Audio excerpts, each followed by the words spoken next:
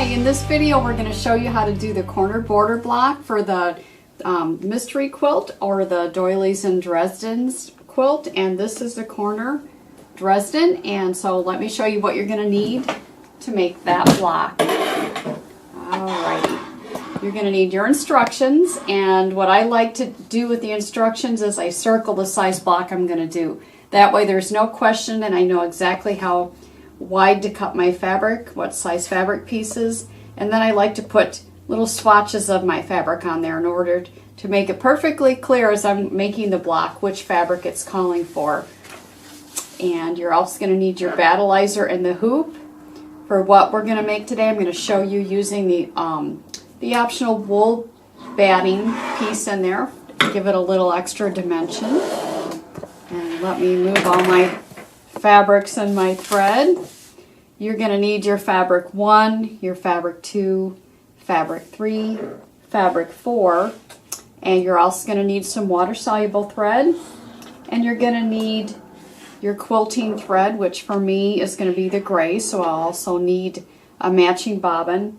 You're going to need your thread A, your thread C, and also thread D. So let's get started and make the block. Okay, I've done step 1 here, and basically you're going to place your hoop on the machine, and with neutral thread, or you could use water soluble if you want to, but I use the darker color, the gray thread, so that you can see. It's just a placement stitch for step number 2. Step number 2 is the wool batting, and this is an optional step, so if you don't want that extra layer in your quilt, just go ahead and step over to step 3. We've taken our wool batting and I've cut it according to the size that your instructions tell you, and I've just taken my iron and pressed about 1/4 inch flat around the edges.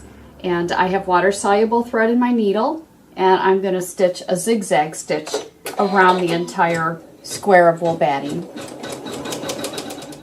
Okay, there my wool batting is all stitched with a zigzag to the battleizer. Step 3, I'm going to take my background fabric and I'm going to place it right over the top of the wool batting, and using water soluble thread it's going to sew a basting stitch. For step 4, I have placed my thread A, which for me is the blue, in the needle only. I still have embroidery bobbin thread in the bobbin, and we're going to sew some cross stitch. For step 5, I put thread D in the needle only, and we're going to go ahead and sew some embroidery.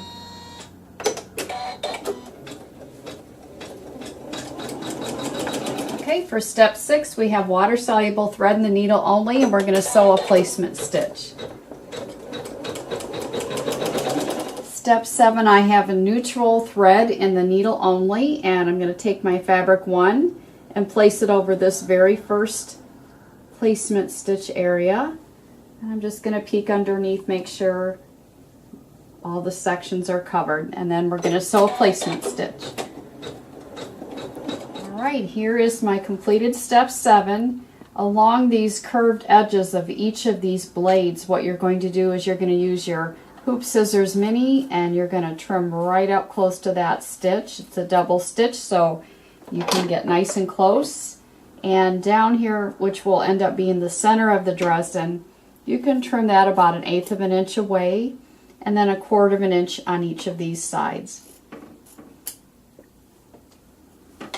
That was a little less than 1/4 of an inch, which is perfectly fine. And then there's just one more area you need to be aware of besides trimming close on that curved edge. There's also a little notch there you're going to trim close to the edge, and also on this straight edge right here. For step 8, I'm going to take my fabric 2, which is this cool cowboy rope. Obviously this is a cowboy themed block, and we're going to place our fabric 2 right side down with the raw edges even to this, but we're going to make sure that it extends up to the very top of the next Dresden plate.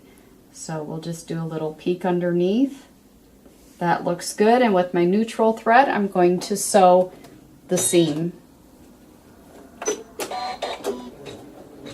For step number 9, we're going to continue with the neutral thread, and we're going to take our fabric 2, flip it right side up, finger press it, and the machine will sew a tack down stitch.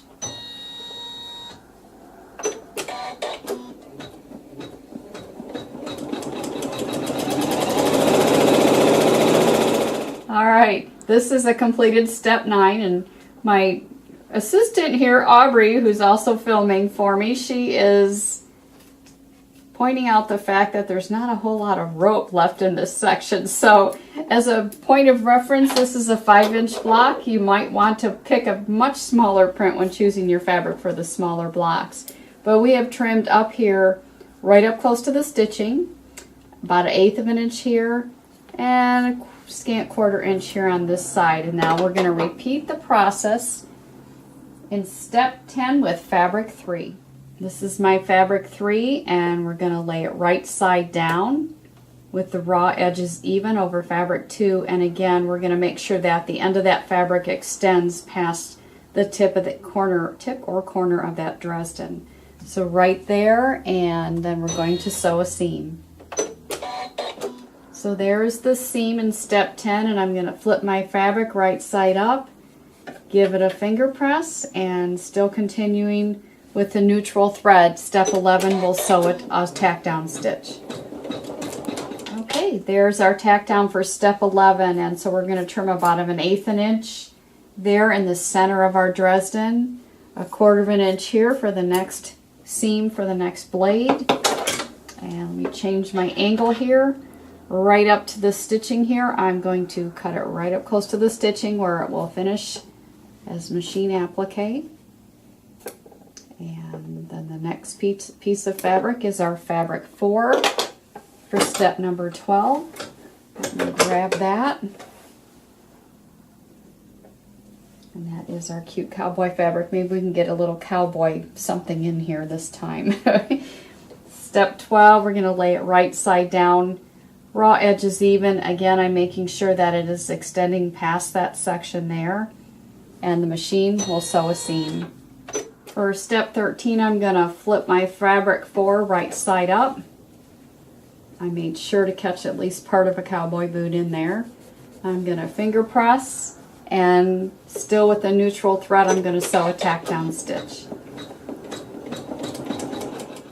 Okay, I have already trimmed up the fabric we flipped over from step 13. Again, it's real close to the stitching on the top edge.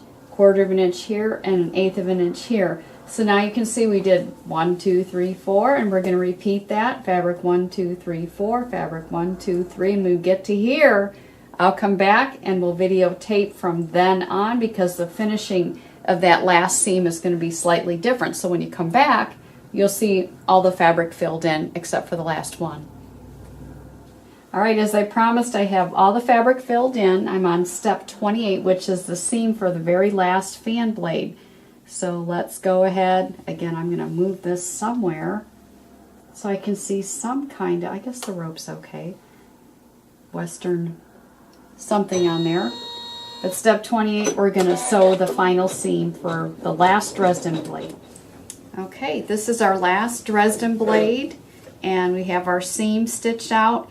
And we're going to, just like on all the other ones, flip it over, finger press. But now we have to figure out what to do with the rest of this. So what you do is you pull the fabric back like this, and you can see the first tack down stitch for that first blade. And you're just going to lay the fabric even with that, and you're going to finger press that area right there. And then what you're going to do is you're going to cut 1/4 of an inch away from that. I'm going to go ahead and do that right now.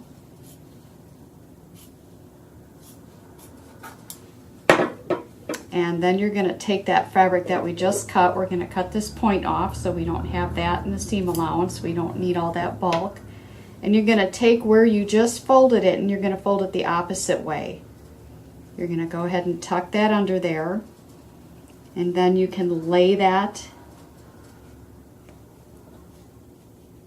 it down so that you can see the folded edge right lining up with that first line of stitching. Give it a good finger press.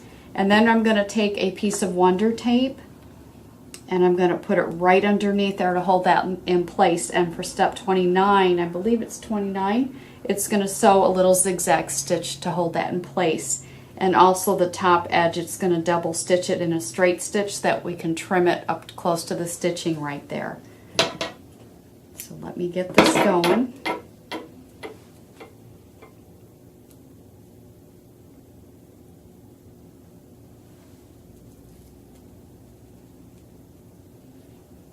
And this is a water-soluble tape called Wonder Tape.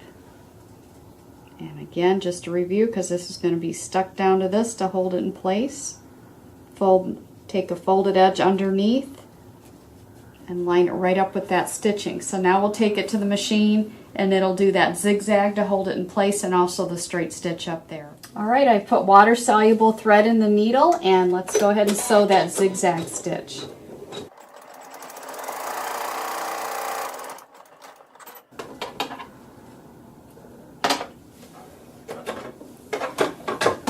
Okay, I've trimmed the top of my last Dresden blade fan, and I have thread A in the needle only because we don't have our backing fabric on, so it's just in the needle, and it's going to sew a satin stitch along the raw edge. Okay, step 31 is we're going to take the fabric that we're going to be using for the backing, just a scrap from that, and we're going to lay it over the center, and with thread A in the needle, it's going to sew a tack down stitch.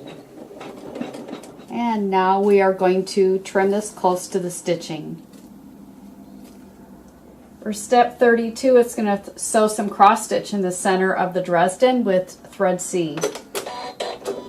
For step 33, you're going to put thread A in the needle only, and it'll sew a satin stitch. For step 34, it's time to put our backing fabric on the back of the block. I put a little KK2000 on the back of the backing fabric if you want to, and I'm just going to center it over the stitching on the back. And with water-soluble thread in the needle, we're going to sew a basting stitch to hold that in place. For step 35, now that we have our back on, what it's going to do is it's going to do some quilting right alongside here, both at the top and the bottom. We have our thread A in the needle and the bobbin. And some tips to help make your backing look very nice without having any bird's nest or knots in the back is from here on out, we're going to match our needle thread. You're going to do a needle down, a needle up. You're going to pull that bobbin thread to the top, and that'll make for a nice, neater looking back. And now we can sew the quilting. For step 36, I have thread D in the needle and in the bobbin, and don't forget to bring your bobbin thread to the top, and it's going to do some more quilting stitches. For step 37, you're going to put thread C in the needle and the bobbin. Make sure you bring your bobbin thread to the top, and you're going to sew some more quilting.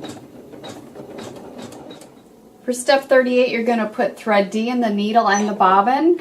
Bring your bobbin thread to the top, and it's going to sew some more quilting.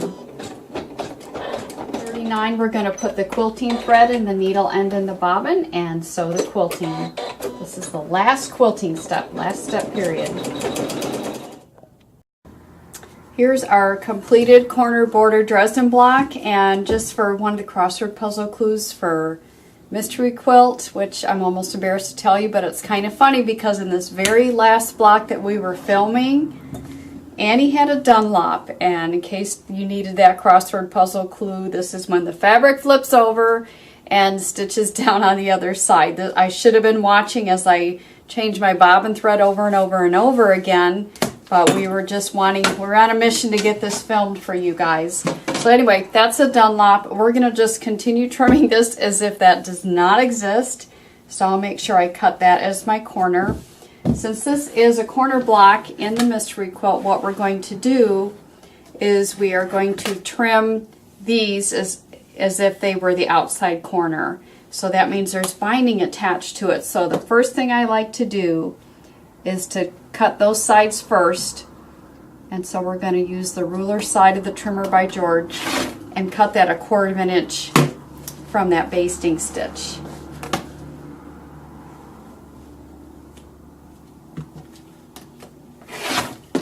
And then on the other sides, that's where we're going to use the trimmer by George. So we're going to put the metal edge of the trimmer by George between the fabric and the battleizer. Lay it down, make sure there's nothing peeking out over here. And with the 60mm rotary cutter, we're going to go ahead and cut that away. We're going to do that on the other side too, and then I'll show you what to do after that.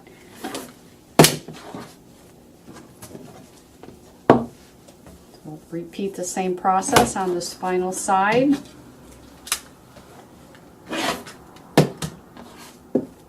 And flip the ruler over and trim 1/4 inch from the basting stitch. I